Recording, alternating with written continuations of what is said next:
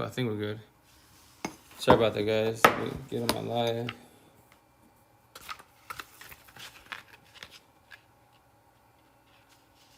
Hey, sorry about that, guys. My ex was calling me, my second baby mom's mother of boys. I sure names right here. Not respect to the fullest. So what you gonna call it? Apologize. We're having a good conversation. So it's all about co-parenting. You guys out there doing co-parenting. Try to do the best at it. Cause remember, kids are really traumatized because y'all relationship with shit. And the intent is not to become a better mom, baby father, which is easier said than done because, you know, the grudge is said otherwise. But the thing is, you don't want to traumatize your kids after the breakup. You know, if you're the bitter baby mom, baby father, being narcissistic as fuck, aka analogy, you lose disciples. Y'all beefing and causing shit with your ex-wives in front of the kids. Yeah, you're definitely losing disciples every which way. So the relationship's over and you start hitting each other. Why? I get it. There's grudges, you know. If you potentially got verbally abused, potentially physically abused, or cheat, all that shit. No one deserves that bullshit, but here's the kicker. If no one taught you about empath and narcissists, good and bad people, deflection, projection, reactive abuse, trauma bonds, and how as humans, quote unquote, we function spiritually, mentally as beings, then guess what? You're a blue pill like everybody else is. That's why you're in toxic relationships, all that good shit. But as an individual, I just try to simplify it for everybody because everyone's got BPD, empathy. Everyone has empath and narcissist traits. You keep being good, but here's the kicker. You got to talk to yourself. And keep it 1,000. Look in the mirror. Am I more good than bad, or am I more bad than good? If I'm more bad than good, why am I more bad? What I keep doing wrong? What I do? What I verbally, physically with people? What I use and abuse everybody? Why ain't there for my kids? Simple questions, but you know, if you want to ask them and then answer them, but if not, fuck it. Whether my smiles behind it, you dying crying, or you give no fucks, you shut off your empathy and sympathy wise. Be lose disciples, narcissistic people, which anyone could be that. All this whole thing was, whatchamacallit, sure. Sorry, I don't know what that is. I'm still learning about PKs and all that, so I just go live in Beagle. I'm learning all that lingo. But anyways, you know, like the whole thing with like sociopath, psychopaths, that's any of us. Any of us can become sociopath, psychopaths. It's all about triggers. If you're getting triggered and common sense, you gotta talk to yourself. Like, why am I getting bothered? Why am I getting angry? Why am I getting triggered? Talk to yourself. If you keep building and building and building, it becomes to hate, then why are you there? If it's a bad environment, or you bumping heads with your partner, go outside and get some fucking air, man. Analogy. Inside the home, y'all beefing right with your partner bullshit, or whatever situation, your coworkers, all that. Analogy. Hell on earth. Go outside, get some air. Heaven on earth. Because you can breathe, calm the fuck down. If not, stay there and keep building and building and building, right? So now you're raging, and you become the mighty caveman, Wreck-It Ralph, Hulk smash, walking fireball, and you verbally whip somebody's ass and physically whip somebody's ass. That wasn't your intent to. That was not your intent at all, but you did because why? You can't control your triggers. You can't control your narcissist traits at all. At least not yet. In time, you can. But with that said, now you cause an altercation, a situation, then what? Over words, feelings, and a conversation? If you break down all these altercations, that's all it is. Words, feelings, and conversation. Every which way. And that's the shit, man. Just like, don't be in those toxic relationships. If you're in it, why are you there? You know what I mean? They're just like, you gotta evolve in life. If you choose to want to, which is your choice, and not stay in that toxic relationship and then do what? Pray, plan, hope. Pray, plan, hope, manifest. Do what a lot of us been doing or still doing as we speak behind the screen, or you're single, fell back, did the start of the healing journey, and now you're scared of being in a relationship because for the most part, who can guarantee you they're gonna do last dying breath? No one can guarantee that. I can't even guarantee. I can tell you that, but here's the kicker: you don't know what I'm going through. One day I can wake up in the morning and just, you know what? I don't want to do this relationship no more. I'm out. The intent is that I don't ghost, right? Even if the kids are involved, but I can just get up and leave, go MIA, whatever, get off everything, all the platforms, whatever. Just, you know what? Cool. I have no kids. I have no partner. I'm out. I can start all over again. The intent is you don't do that because that's how you destroy people. That's not your intent. But sometimes just people, you mess up so bad, you just run from yourself. You know? So that's why the intent is to do what? Have those uneasy conversations, especially with your partner wise. Like I tell my one-on-ones, like they've been talking, it's still in it, sit on top, shit up. When you're ready to, before you cheat, they cheat wise, because no one deserves to be cheating on that shit destroys the fuck out of you. But sit down, have a conversation. Being comfortable, just break it down.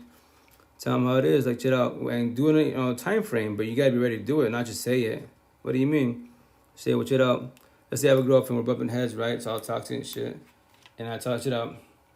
Scenario, let's say we're here together, wise. We have a conversation, and obviously be uneasy. But here's the kicker: you're too jealous, controlling, or you and I are bumping heads all the time. I should be happy to come home, but I'm not. Every time I come here, I gotta deal with you, and we don't talk to each other. All this shit. We've been doing this for years. The same shit.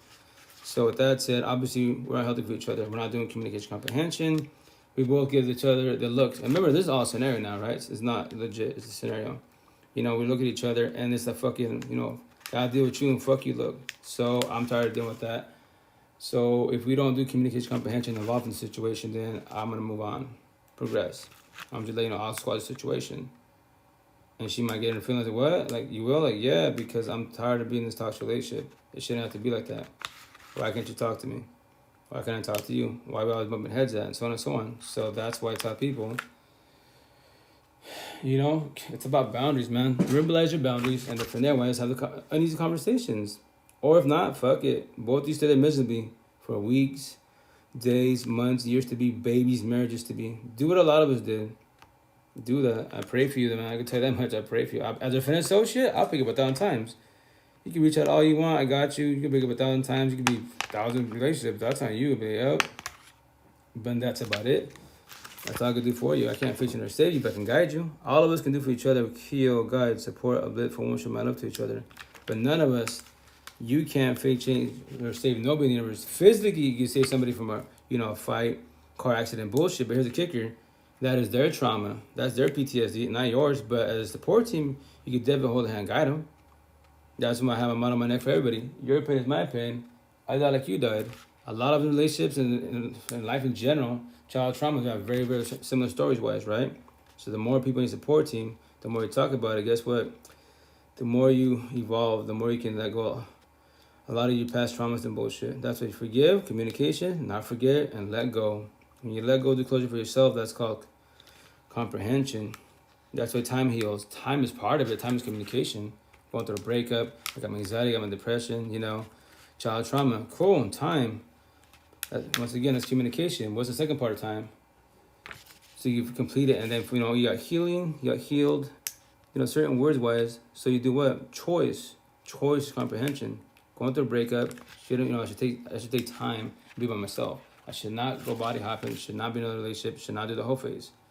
Because hurt people. And when you comprehend that, like, okay, cool, I'm gonna just chill. And nothing's wrong with being alone.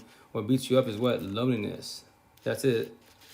When you're by yourself, guess what? When you're not dating nobody, you fall back, right? Just chill with yourself. And by yourself, you can do it for now, but I recommend having a support team because we hold your hand and guide you, right? You're going through depression, you want to reach out to your ex, all that good shit. I got you. I'll hold your hand and guide you every which way, right? So with that said, with yourself, I tell my one is date yourself. What? Date yourself.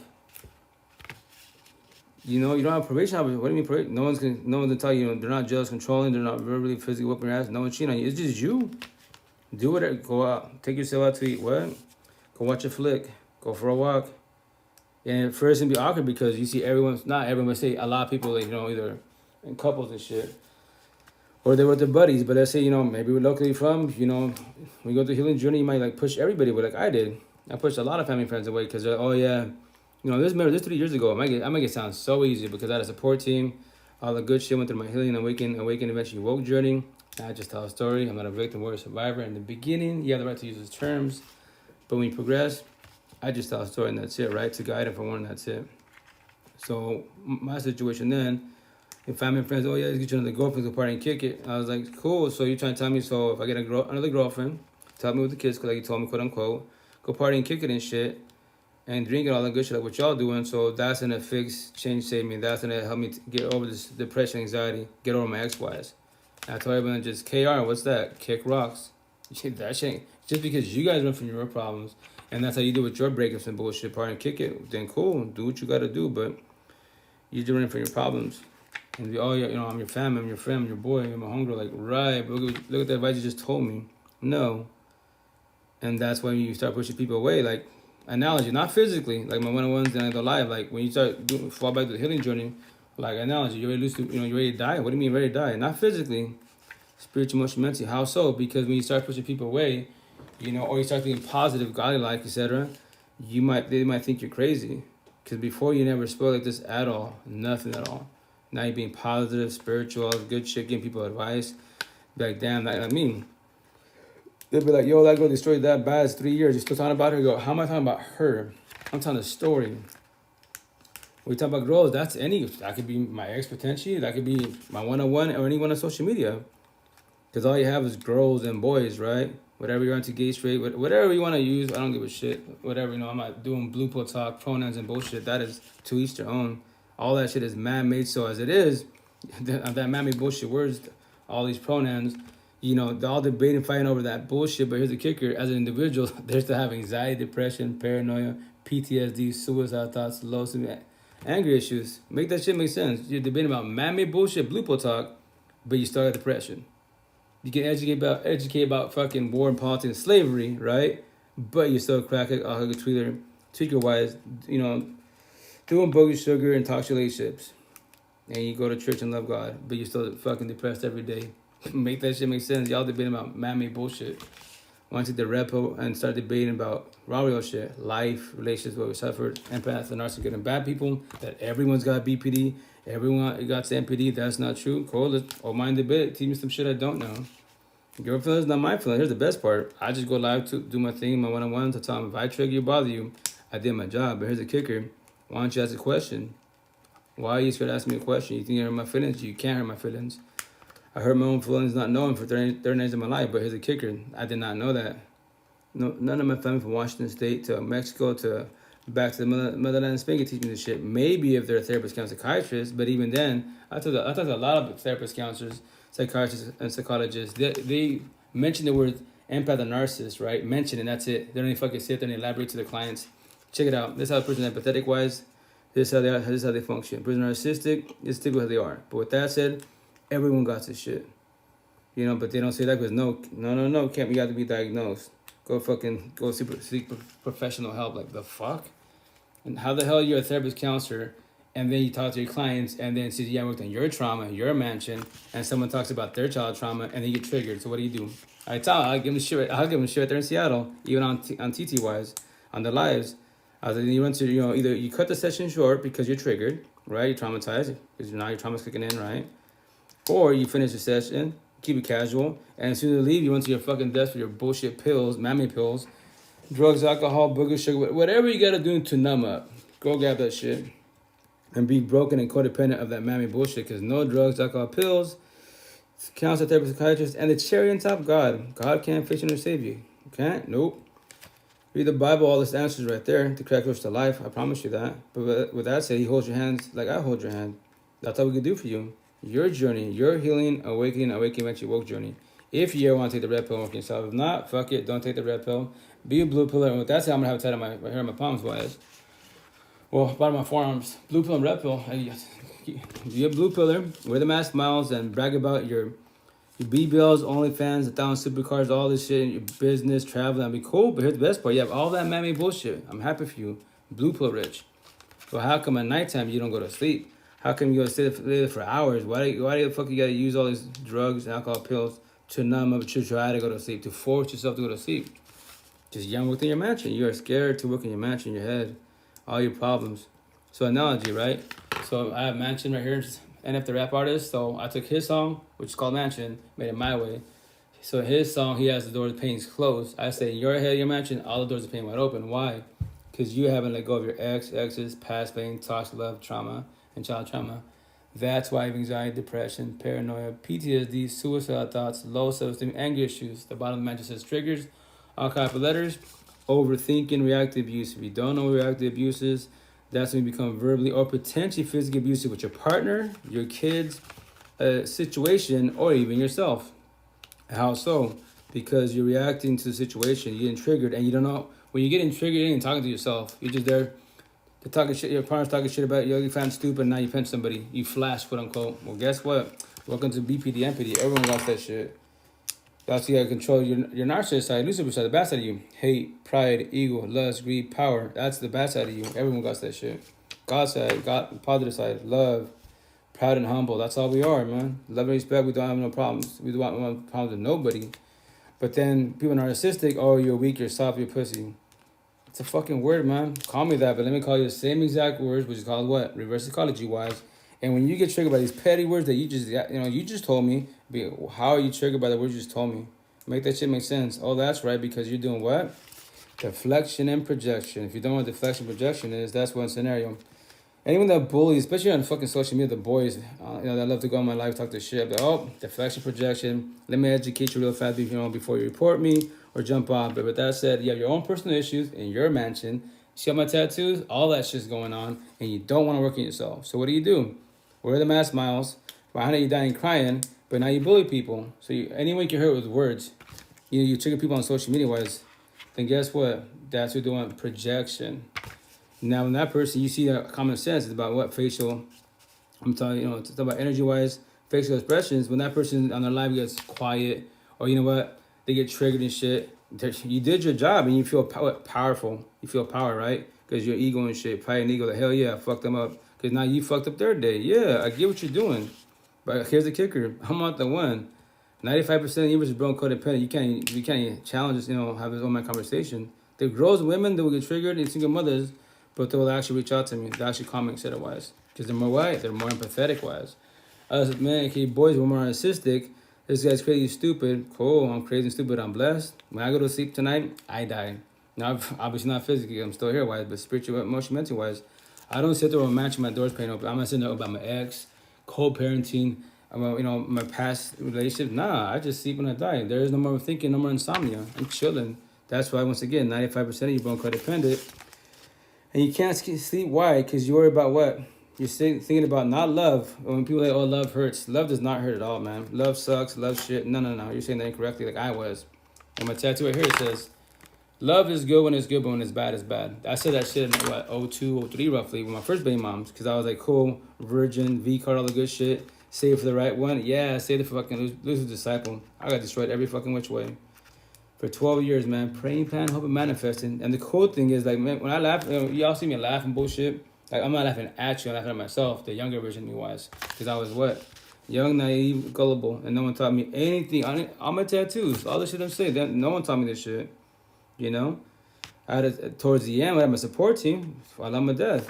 Right here, 10 live workers. I had 10 people for 88 days. Ex's name, second baby moms. I let her go in 88 days, 100%. 14, 17 days later, 1,000%. That's what I said, 1,000.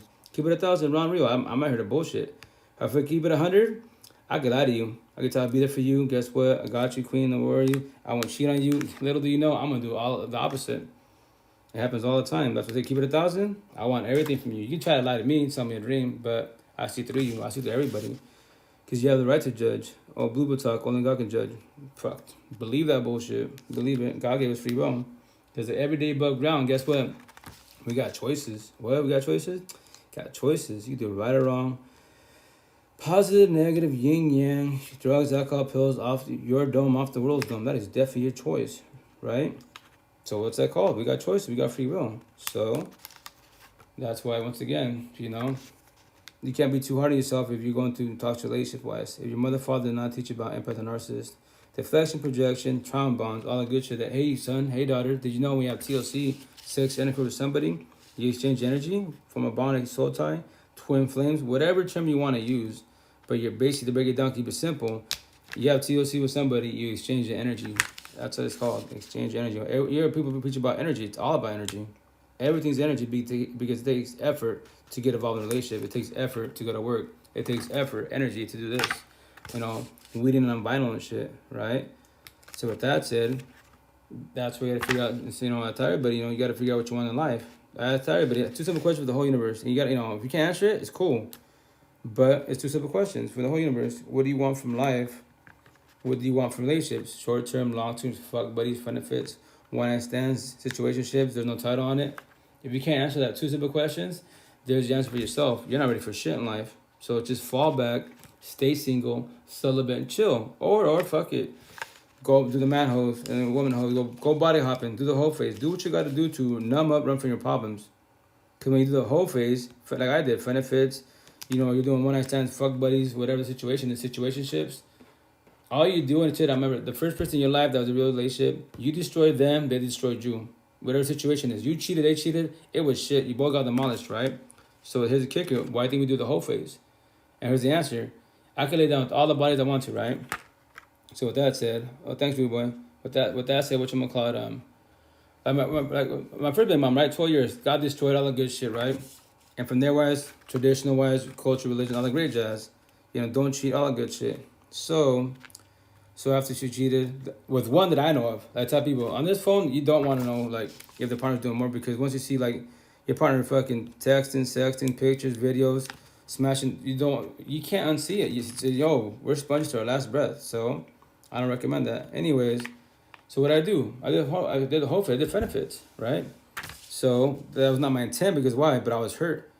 I was hurt every which way. Like, fuck it, I told the female, check out, we're doing benefit. What's that? So I'm your friend, we're doing benefits, TLC, but I'm not your man, you're not my girlfriend. Here's the rules. You can't check me, I can't check you. When if you see me with a girl in the streets, you can say, hi, what's up, what's going on? But no, who's this? Nope, I don't have a girlfriend. I'm in my whole phase right now. I just got divorced by my cheating ex. Oh, snap, sorry, hermano. So, check out. Perfect time, y'all. Awesome conversation, here we go. So with that said, like, she cheated, right? Like my first baby mom. Here's the kicker. No one deserves to get cheated on. Nobody does. That shit fucking destroys you, right?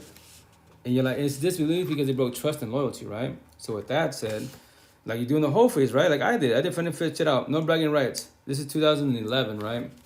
So I had a smartphone, but I had no MySpace. I had no Facebook. MySpace was dying. Facebook was popping. I didn't have none of that. There were some other apps too. I didn't give a shit about social. I did not know how to function. I'm on it now, right? So with that said, and I was living in Seattle at the time for 12 years. So with that said, in Seattle, females are extroverts. And guys and girls are extroverts, no matter what culture they are, right? So that means I had to talk to all these females physically, not on this phone where people texting and bullshit, DMs of that nowadays, right? So with that said, in 11 months, no bragging rights. In Seattle, I lost count. 100 plus, I lost count. I just did my thing, right? I just moved to Seattle. Oh, shut up. What up, rude boy? What part of Seattle? North side, south side? Burien, Federal Way, Linwood, Mount Lake Terrace, downtown The Heart. This is crazy, yo. I can tell you stories, but I love Seattle. I'm born in Eastern Washington. Like, it's 3 hours from Seattle-wise, right? So with that said, this is Little Mexico, 1950 Rolex times. This shit I speak is Japanese. The U District, the north side, so that's the suburbs. So basically the breakdown, let me tell you, if you've not been to Seattle, if you already moved, downtown Seattle, the north to like North Linwood, South Everett, that's the suburbs. White, Asian, mainstream, chill, skirts to the fullest, hella extroverted. Everyone goes up, how you doing? You ask for direction, they fucking, how's your family? How's it going? How's life? Fucking love it over there, man. Downtown the south side, that's the ghetto hood. Downtown the south side, I don't give a shit, Tacoma, Puyallup, whatever, Federal Way. It's rough down there, man. But if you want to do the whole phase more, go to the south side. Because why? Scenario. If I want to do a whole phase again, do benefits, right? And I announce it. Where am I going? Any part of the universe, where am I going to go to? I'm not going to go to the U District, the suburbs, because for the most part, in the suburbs, people want relationships, long term.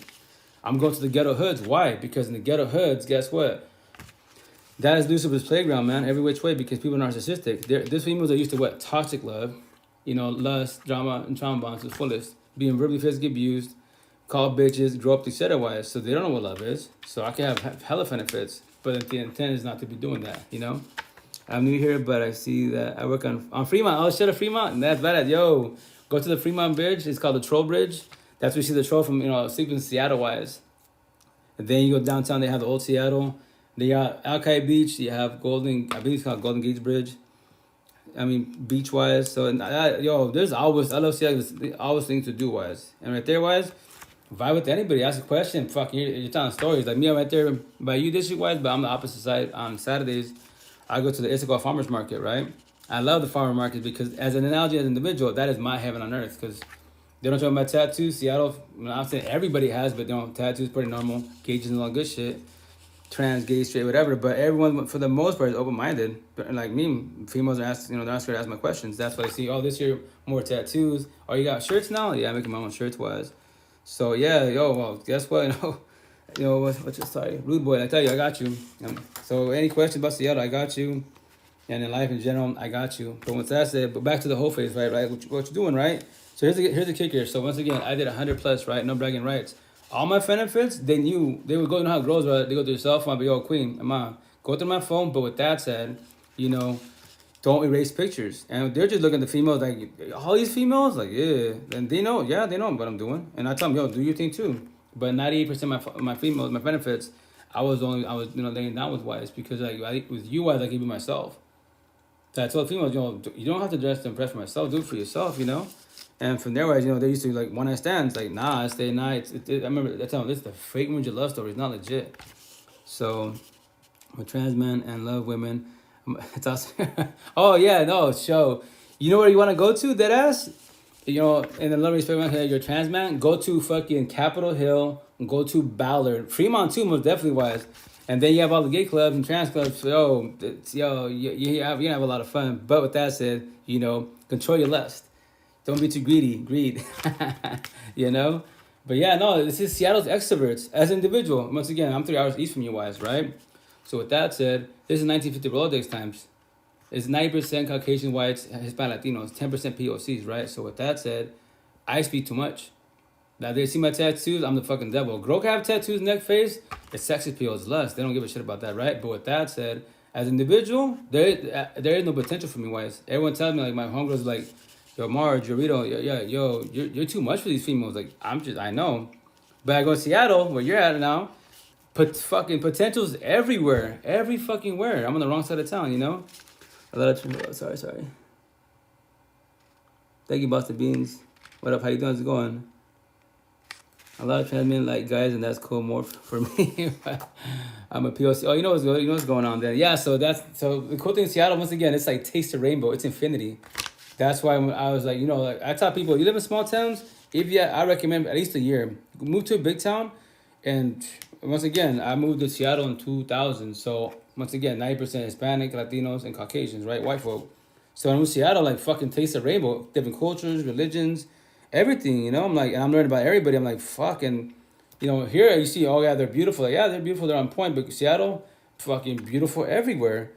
Where you see, like, Monka told me, you want to meet the most beautiful people in the universe? I was like, well, I don't know, where's that at? Go to the airports, everyone's traveling.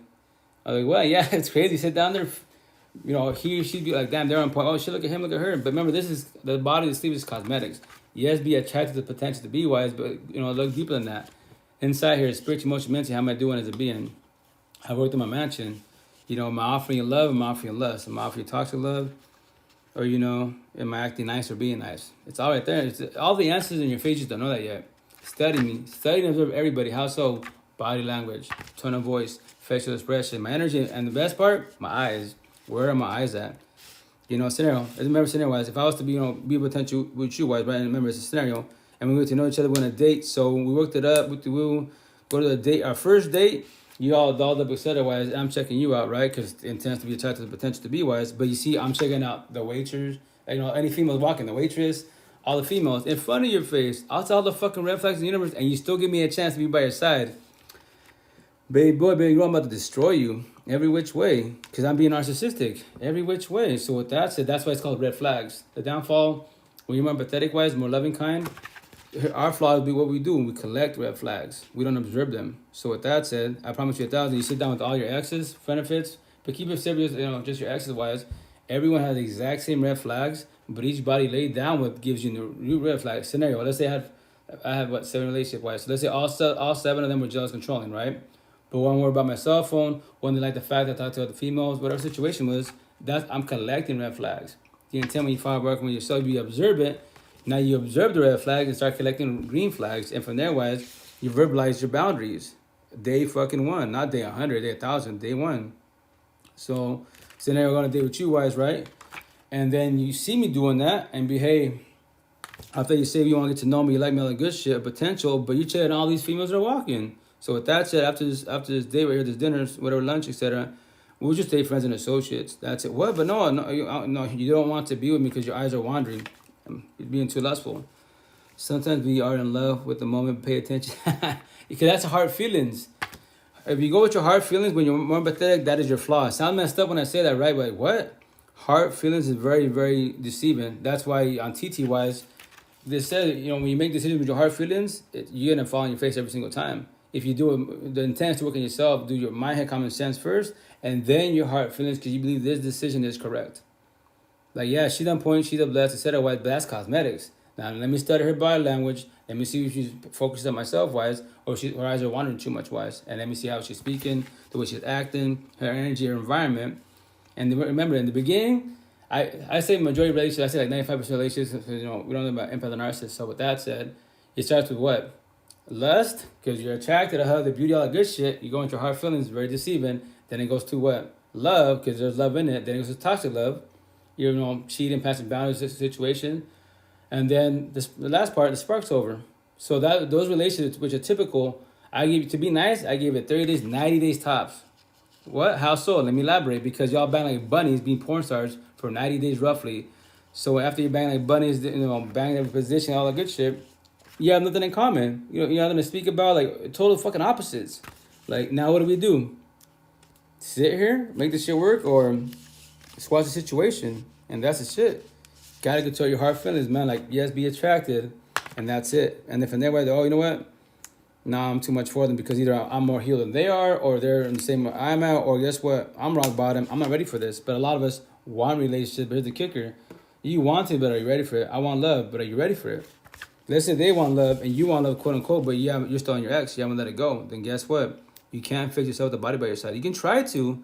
The downfall situation, you can self-sabotage relationships, or typically what happens, hurt people. And that's the shit. You don't want to hurt the potential to be, but if you haven't got over your ex, what are you going to do? Typically, men are more 60 versus female, so what do we say? I had a relationship, second being moms, right? If I got a relationship, what happened right away? The potential to be wise, she wants to offer me what? Because I'm going through my pain. I talk about my shit about my ex-wives. She wants to give me everything, right? Which is a cool concept. The downfall, meanwhile, is I'm not ready for it. So with that said, we get in our first altercation. And what I'm going to say, the corny-ass line, which you got to be careful with your words. Because words are healing, powerful, and beautiful, soothing, or very destructive, or very hurtful, right? You can destroy people. So with that said, let's say she triggers me. She says something, the way she said it reminds me of my baby mama's, right? My second one. And I'll be like, drop the corny-ass line. You're just like my ex. I fucked that. That's called self-sabotage. Now what's she gonna say? Like, why'd you say that? I'm not your ex-wife. Now my current girlfriend, quote unquote, scenario now, she's in competition with my ex-wives, and now we cause altercation because of I, not because of her, because of I. Now she what? Her energy changes, and her love changes, everything, because now she's questioning her self-worth. Like, he told me everything about her ex-wife, what she did, etc. I'm giving him everything, TLC to the fullest, everything, and now he compared me to the ex. Yeah, welcome to self-sabotage, man. So you gotta be very careful. That's why I said you want a relationship, cool, but are you ready for it? You want love? Cool, awesome. A lot of us want it, but are you ready for it? If not, lose everything, man. And that's why he wants to get hurt people, which I have on my shirts here. I'll tell you they're at home. And there's, healed people, heal people. I'm healed. That's my job, to heal. Everyone in the universe, that's what we can do for each other. Because we're brainwashed with religion, culture, that you can fix, change, save people, mold them to be better. Like, you can't. It's totally impossible. The only person you can do that for, who is who? You, the person in the mirror. All we can do for each other in the whole universe, heal, guide, support, uplift for one, show my love to each other. And that's all we can do. When people are going through breakups, right? It fucking sucks to see them down. Your people, they're fucking balling. Like my one-on-ones on my phone, right? All the good shit, right? It sucks to see them down. You would love to take the pain away, but here's the kicker. Like, let's say I tell my one-on-ones in life and scenario. Let's say it was possible, right? Let's say it was possible that God gave me the gift, or us that are woke-wise, the gift to take all, you're going through a scenario, breakup, a divorce, right? I could take all your depression, anxiety, all the tattoos on my neck wise, and claim it as mine. Now it becomes my healing journey. I know how to do it. That's why I'm a tattoos for a reason, right? A little map to life. But here's the kicker. I tell them, question. So if I could take that from you, wise, claim it as mine, and now you have no anxiety, depression, no PTSD, suicide thoughts, nothing. You don't worry about no fuck your ex, nothing. You feel brand new again, right? AKA analogy, you're a virgin, not physically, spiritually, emotionally, mentally, you're a virgin again.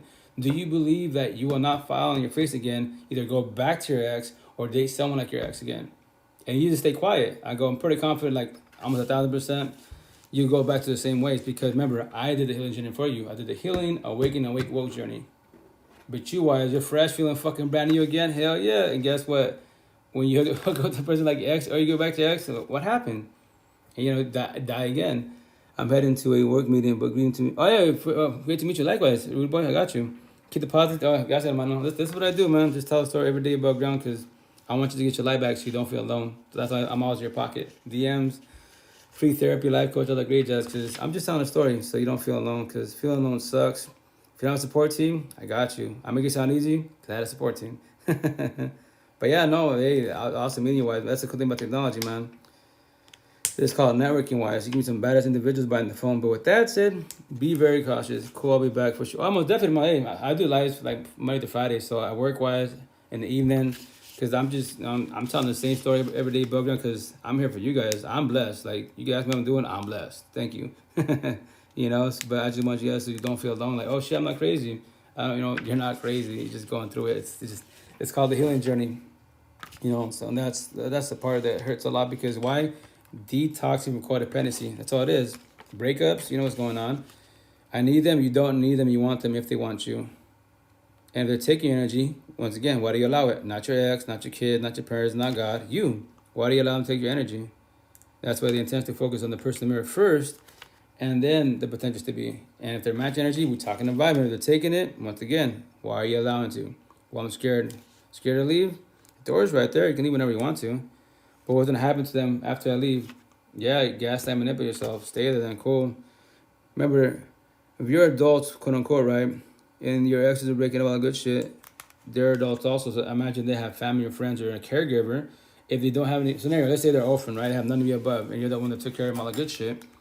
I guarantee you, they go on social media or tell someone a sob story and play a role of victim. Some empathetic person to take them in. I promise you that, every which way. But here's the kicker: the downfall about the situation is, since they're not working themselves, that person narcissistic will, bite the hands that feeds them every which way. They'll burn all the bridges. And once again, and that's why you got to be very observant. Like, people could tell you stories, cool, right? And control your empathy, sympathy-wise. Because if you don't, shoot, you have them by your side, listen to disciples, they're going to destroy you which way. That was not the intent. Or maybe if they're more narcissistic-wise, sociopath, psychopaths.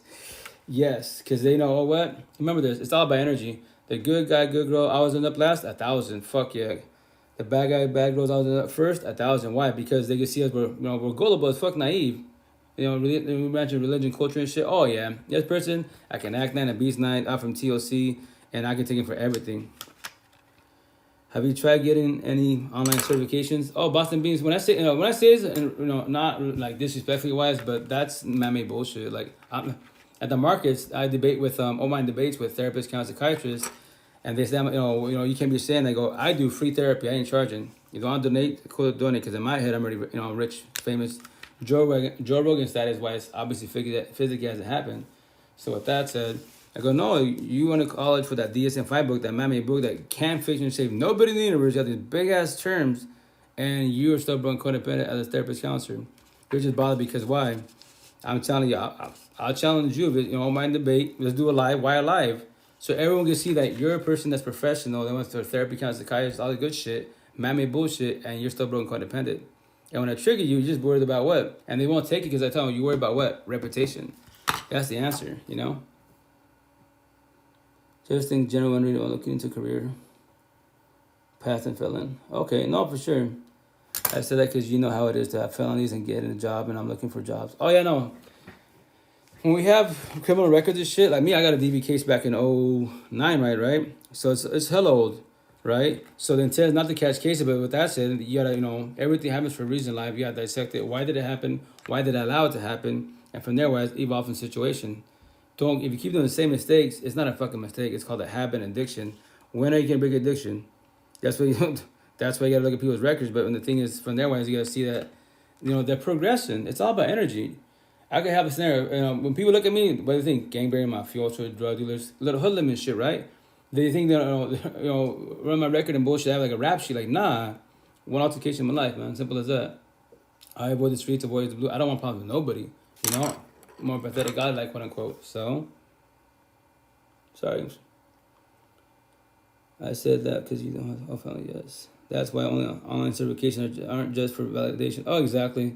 No, for sure, like, whatever you believe in, do it. Most definitely you want to do college, most definitely wise, but just try to stick to it wise. And don't get discouraged.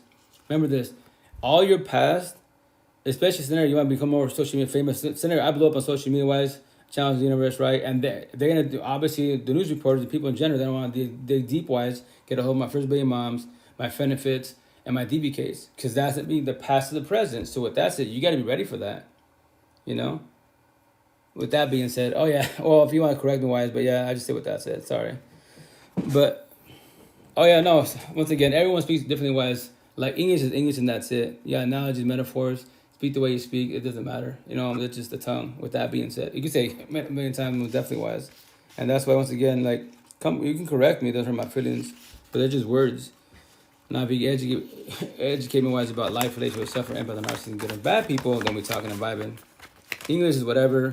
Proper grammar is whatever wise. That can make you a better person. You can be the best English teacher in the universe, the best spelling bee champion in the universe, but that's all you are. Mammy bullshit, but you're still a crackhead, alcoholic tweaker, doing booger sugar, being verbally, physically abusive. That's the shit. Mammy bullshit is cool as long as you do it in a positive manner. But when you want to, use your power, quote unquote, like me, a therapist, I'm a therapist, cool, I'm happy for you, most definitely wise. But with that said, why can't you teach people how to progress in life? Why can't you teach about how empath and narcissist, deflection, projection, my tattoos on my neck for a reason? I have more tattoos to come. I go, these words and you don't tell your clients about them, how to evolve in the situation, then that means I tell them, and they get triggered. I go, you are a gimmick. And they be like, what? How am I a gimmick? Because you sell dreams. I go, scenario, I work computers. People think, well, IT. I'm not IT. IT people take you for your money. I'm a computer technician. I'm the doctor. Touch it out. Your computer's slow for this reason. If you put more RAM, SSD, this and that, $100, $150 tops into the situation in your computer, it'll be, way faster than before. I promise you that. Like a Honda Bugatti. And when I do it, boom, their minds blow. Oh my gosh, you're awesome. Like, nah. Technology, I just know how to use it correctly wise. So I tell them, same thing. I guarantee if I was to talk to your clients, I could have somebody one-on-ones that have 7 years, 8 years of therapy and bullshit, and they'd be like, damn, all that you just told me 1 hour, half-hour situation, and I see your lives, etc. You've taught me way more than they have. I go, yeah, because you're the gimmick. What do you mean? Scenario, if I'm a therapist, right, and I want to go to Hawaii, Japan, fucking 4 or 5 locations this year for vacation. I need, in my head, cool, 6 clients all year, consistency wise, I got it. And I gotta just tell, it's called breadcrumbing. I just tell you a little bit positive about yourself. And if your therapist can't tell that corny ass bullshit, I can't answer that for you. It's your journey, only you know that. The fuck? You can't hold my hand, guide me, give me some scenarios, options, ideas. I can. I'll tell you my personal stories or my one-on-one stories. You're ahead of the game every which way, That's good. And that's why, once again, at Seattle, therapist, psychiatrist, they give me feelings about what I say. I go, your shit, not my shit. They're petty-ass words, and you're triggered by petty-ass words. Why?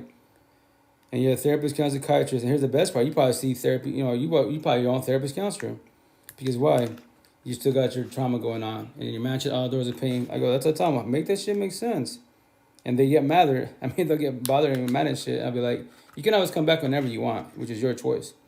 At the market, and here's the best part. You came to the farmer's market here in Seattle, wise, came here, and just to buy produce, and now you saw my tattoos, you see my shirts, and now you have feelings about it. So I remind you, the door's always open. You can always come back whenever you want to. If not, if you did not come back, that is your choice. But with that said, I'm just warning you, in your mansion, I had a door of pain, and I don't know who you are.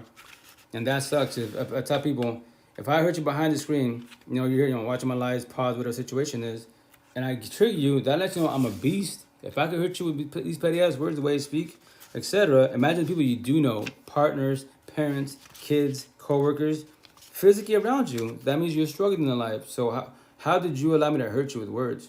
And here's the best part. Once again, said all the time, like, you can always reach out. I'll talk to you. Ask me why, I think you're stupid. Oh, cool. Why do you think I'm stupid? Or were you saying this and this? Well, let me elaborate why I say what I say.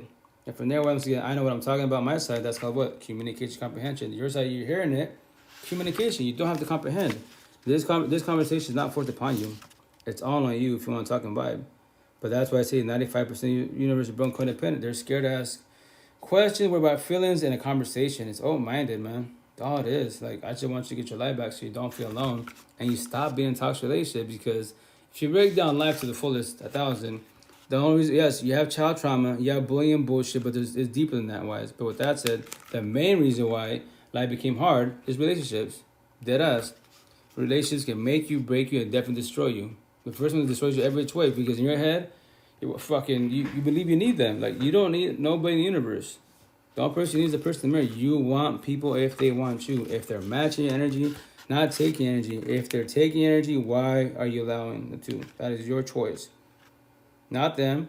Well, they keep coming back, so why don't you push them away? They do threats. This is America, this ain't Mexico. Call the boys in blue. Go on social media. How do you hurt anyone nowadays? Deadass. Social media. Tell your story. That's all my one-on-ones. When you're ready to. Tell your story. Why? Because you got it for warn anyone that wants to mess with your ex-wives or whoever you dealt with. You know, gangbang mafiosos and bullshit. Who gives the fuck it is? Everyone, for the most part, worries about the reputation, especially the more narcissistic wives, because they don't want the world to know that they're a bad person. They're a bad father, they're a bad mother, they're a shitty ass partner. But with that said, with you, I tell people, tell your story, but say, this is my story. This is what I dealt with, the red flags that I missed on my side and his side, her side, whatever you're into, wise. And what are you doing? You're guiding for everybody that wants to mess with your ex. Or any altercation, tell them, you know, this person, this is how they are. And when they try to sue you, like, oh, I'm going to sue you for defamation, like, well, did you not verbally, physically whoop my ass? Didn't you have a DV case? If you want to, I can bring out the proof. You know, we got court cases and shit. So there's no, you're just bothered because why? You worry about your reputation. So why don't you work, instead of worrying about your reputation, why don't you work on yourself as an individual to progress, to be better, positive in life? If you choose to want to, which is your choice. Like I did 3 years ago. So as an individual, the last years of my life, blessed. The best life the best life overall for the most part. The financial part, I've been struggling because where I'm from, Little Mexico, Eastern Washington, I'm considered crazy. I'm the devil. Especially with my tattoos. So, and especially in the Spanish culture, Hispanic and Spaniard, having tattoos is wrong. And me talking about the culture, etc., how we function, I'm the devil. And why? The boys are bothered because I'm talking about them, their daddy, their grandpa, great-grandpa, yeah. And I tell the women, you guys stay there miserably as fuck in the toxic relationship because of kids, because of religion, because of culture, because your mommy did it, your grandma did it, your great-great-great-grandma did. For a man-made bullshit title, I stayed with your father, uncle, and grandfather for 30, 40, 50 years. For a man-made title, hey, cool. Have that bullshit title, but you stay there miserably. And the downfall situation when you accept people in life, analogy, that is your hell on earth, that is your dungeon. Every which way. Yeah, if you don't have no kids with your partner, right, and you know relationship is shit, and you go to work, did you know that you don't got to go back home? That is your choice. Well, my stuff's there. So if your person narcissistic, little lose disciple and bullshit, then what you do it legally. Go to the cops, do it all legal work, and they'll have a sheriff with you to get your stuff. But it gets crazy, and guess what? In life, like Bible talk, gotta make sacrifices in life. It's man-made bullshit. You can replace that shit, right? It's in a second, yes, you put your time and effort, whatever scenario, all the shit there, but, you know, it's safer to get away from the person. If not, try to get back your stuff, and if there's an altercation, you know, just because you're man-made stuff. I got pictures, man. Yes, you got pictures. I get it. I get been there, done that. And it sucks, man. It sucks, but that's the shit. That's why after the situation, the intent is you don't go back to your ex, right? Lose a disciple or date a person like your ex-wives. And that's the shit. For the most part, if you're in a toxic relationship, you're more empathetic-wise, then you want love, but the downfall, you don't know what love is. Because if all majority relations have been toxic, and guess what? All you know is toxic love. You want love, but once again, but you don't know what love is. And when you do have love, but you know, inside of you and stuff as a potential, there's so many situations that happen. Scenario, if you're body hopping, go through a breakup, you know, relationship after relationship wise, you don't take time to heal. Then obviously first and foremost, you're born codependent. You're scared to be alone, right? Welcome to codependency wise. From there wise, let's say, you know, I tell them the potential to be my past issues, whatever. She wants to give me everything. So let's say she's giving me everything. I'm trying to work with myself, but meanwhile, remember, I'm used to being verbally, physically abused by my partners. They're talking this shit. I'm looking fan stupid. No one's gonna want me. I'm the best, you know. I'm the best you can have in life wise. You know, die alone. So I've been hearing that for scenario. My first been about 12 years, right? So that's all I heard. So that's what I believe. So when I get a good healthy relationship wise, there's multiple things gonna happen to her. I can go either try to go progress in life with her, the new potential, the new girlfriend scenario, or I'll fall back to my ex-wives. So that's why as an individual, you have to be very careful who you get involved with to see if they're actually healing. And you ask them, well, you know, you ask a simple question. So when was your last relationship? They'd be like, well, it was yesterday. Well, fucking made your red flags. That's your friends and associates. You can't fix them or save them. Let's say it's been a couple months. Cool, it's been a couple months. So, like, have you worked on yourself? What? Have you, like, you know, you still worrying about your ex-wives? Is she still involved in your life? You know, did she reach out to you? Did she trigger you? You gotta know. You gotta ask this question, and you gotta know the answers, you know? At least as long as they give it to you. If they're not, well, I don't want to talk about it. Okay, but I'm just letting you know the scenario. We become a couple. If your ex reaches out to you, are you gonna get triggered? Are you gonna get sad? Are you gonna be bitter, hateful, whatever the situation is? Because if you are, I'm sorry, then we'll be friends, those shits. You can like me, whatever, but no, I can't fix you or save you. What? I like you. You can like me all you want, but you're still stuck on your ex. You're not gonna use me as a rebound. you're not getting in a relationship with me wise, and from there wise, you know, get scared because that's gonna happen. If you're more used to toxic relationships, right? Being physically, let's keep it simple, physically, I'm talking about verbally abuse wise. Then now you get with the person that shows you love. You know, they're not jealous, controlling. You can chill with your family and friends. It's cool. Isn't it feel hella awkward? Because you're like, damn, I could do whatever I want. Like, yeah, do your thing, have fun, you know. And then from there, wise, what can happen? If I have a scenario, I'm going through it, and she's giving me all the leeway, whatever, quote unquote, because you know, respect my boundaries, all that good stuff. So what can happen? You know, I might get scared and potentially cheat because maybe let's say my ex cheat on me. Well, fuck it, I'm gonna cheat first so that she don't cheat on me. Like, but I'm so traumatized by my ex-wives and my exes that I believe the new partner do the same shit. So I should not be in relationships, very unhealthy, right? Or I'd be like, you know what? I'm so traumatized by my ex-wives, I go back to my ex. Basically what happens, the new partner's rebound. Simple as that. Think is not knowing, you wasn't ready for shit. Or what happens, I push her away. Like, it's not you, it's me, and just, I thought I was ready for this. All that. But remember this: when you lay down with each other and have sex, intercourse, TLC, which keep it. I'm not blunt, so I say TLC wise. You exchange energy. That's the shit. So you'd be like, well, you can get it believed because you're not really, you're still broken, but you didn't get deep in the relationship. Your new partner, they gave it their all, especially women, more empathetic wise. Now they're about to get destroyed, and the main reason it hurt for her wise because why? She had TLC. That's the reason why. That's the only reason why people hurt you with the words. The worst one out of all of them is your exes or your partners because why? TLC, exchange energy wise. Everyone else can talk shit to you, block you, fuck off, leave me alone, let me be, don't talk to me. They might bother you and shit, but you can walk away like nothing. Why can't you walk away from your exes or your partner talk shit to you? You can walk away from everybody else but your partner because why? Your partner that you say quote loves you love them or disrespecting you wise. That's why. That's you gotta be very careful laying down with people having TLC with them because you're exchanging energy wise. And that's why you gotta be ready for a relationship. If not, nothing is wrong with being alone, man. Fall back. Start your healing journey. You have the healing, eventually woke journey. So with that said, that's what you gotta have. I say you have to. The word have is really for trigger. You should want a support team. Because the cool thing about a support team, we're all your therapists, counselors. We hold you and guide you, tell you our personal stories, our advice, or whoever gave me advice, and so on and so on. Because if you want to fix yourself by yourself, highly impossible. How so? Because if your healing notes, your breakup notes, your anxiety, depression notes are maxed out, how are you supposed to fix yourself by yourself? We don't know how to. So what do we do? Like a lot of us do, especially more men, because we're not supposed to express our feelings, right? Like in the Spanish culture, if I talk to somebody about my feelings, right, especially to another man, quote unquote, I'm being a mandilon, which is empath, beta, simp, all the corny ass terms they want to use. And then that's why we keep to ourselves. We wear the mask smile, but behind the mask smile, we dying and crying. The downfall of that situation is what? Since I don't recommend some of my feelings, and my ex, my partner asked me about, my feelings, are you cool? I'll be, okay. Even though she sees me, she's reading my facial expressions, my tone of voice, my energy, body language, and my eyes. She knows that I'm bothered, I'm sad, mad, etc. But I don't want to express myself. And you can't force them to talk to you, but the downfall situation, you start pushing your partner away. And then from there, wise, if you don't work on yourself, your narcissistic traits, you would do reactive use. You could at your partner, you could at your kids, whomever the situation is. That was not your intent, but since you don't talk about your feelings, you have the shit bottled up, which is very, very unhealthy, and we'll go to reactive abuse. Your narcissistic traits come out of you. Hate, pride, ego, lust, greed, power. Everyone got that shit.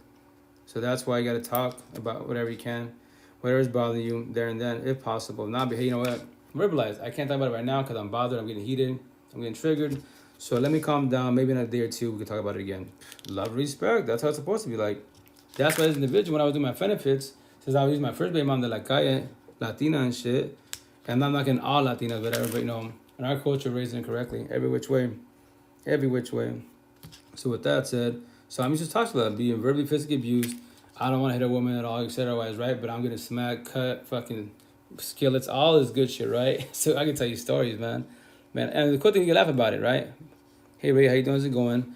So with that said, all I knew was toxic love. So when I was doing my benefits, I didn't know what to, hold somebody was. I didn't know anything about, open mind conversations. Like if I'm getting bothered, triggered, like, yo, let's switch the subject. I'll fall back another day. Like, what? Why? Because you're getting bothered. You're talking about your baby moms. Look at you. I don't want you to build up more anger than you already have. And I was like, oh, shit. That's called healthy. So then I'm like, oh, wait. That's what a healthy relationship is supposed to be like. We can have a conversation. Yes, that's called a conversation. And they would teach me, this is called communication comprehension. And you're saying now you're bothered, it's called communication, but you comprehend that I told you to switch the subject, or let's fall back on this subject another day, because you're building up. So that's why as an individual, I won't ever deal with anyone that's toxic. If you're broken codependent, I can't fix you or save you. I could be your friend associate, fuck you, 1,000, I got you. Badass conversations, crack jokes all day, every day. But that's why you have to control your heart feelings, because when you start talking to people that are more empathetic wise, they're more healed wise, you might start catching feelings for them. And you gotta control your heart feelings, because they're very, very deceiving. And so I tell everybody, look at the way you speak, energy, all that good shit, right?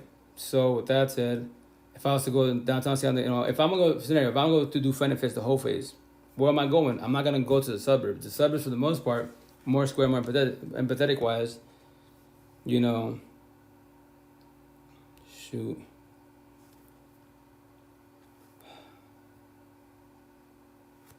Hello? Hi, this is Adam calling from Texas Claim. Is this Margarito? Yes, it is, miss. Is it possible to call me back like in half an hour? Because I'm talking to the boss in the meeting. Is that okay? Okay, yes. I'm going to send you a text and just go ahead and give me a call back, okay? Okay, for sure. Thank you. Okay, Sorry about that. Thank you. Bye-bye. Sorry about that. That's not mine, I think my father's State Farm insurance, because I got in a car accident three weeks ago. And my ankles are busted up. It sucks, man. Not broken, busted up wise. So they're hella sore. And that's why I say, this physical body, the vessel, fucking weak, man. So weak. Analogy, spiritually, emotionally, mentally, I'm a beast, I'm a god, immortal, I will never die. Zeus, the god, ain't got shit on I. Why? Because Zeus cannot control his lust. That's why you have demigods and goddesses everywhere. I control my lust. But anyway, like I was saying, so if I want to go to if I do benefits, where am I going to? Any ghetto hood in the whole universe. Why? Because in the ghetto hoods, that's Lucifer's disciples, Lucifer's playground. All they know is toxic love. Men are hella narcissistic. The women can be narcissistic also, but the women they're used to toxic love, being really physically abused, groped, called bitches, all the good shit. So that's all they know. They don't know what love is. So I go there. Part of me speak the way I speak. I'm gonna get all the attention, but here's the kid. They don't want the relationship. But the downfall, they're not ready for the relationship, because I'm be way too much for them. Because they used to having a guy who's a side by side that they're hella jealous controlling. And I tell you, queen, you do whatever you want. What? Do what you want to do. You can go out your homegirls, do friends, do your thing. Most definitely wise. Talk to them every day. I can talk to the guys. Talk to all the guys. I don't give a fuck. You're talking to them. I don't give a shit about that. As long as you're not passing boundaries. If they pass boundaries, you realize, I got a man. Keep on respect, but that is your choice. Either you're entertained or you realize, keep it respectful. Don't pass boundaries. I'm in a relationship.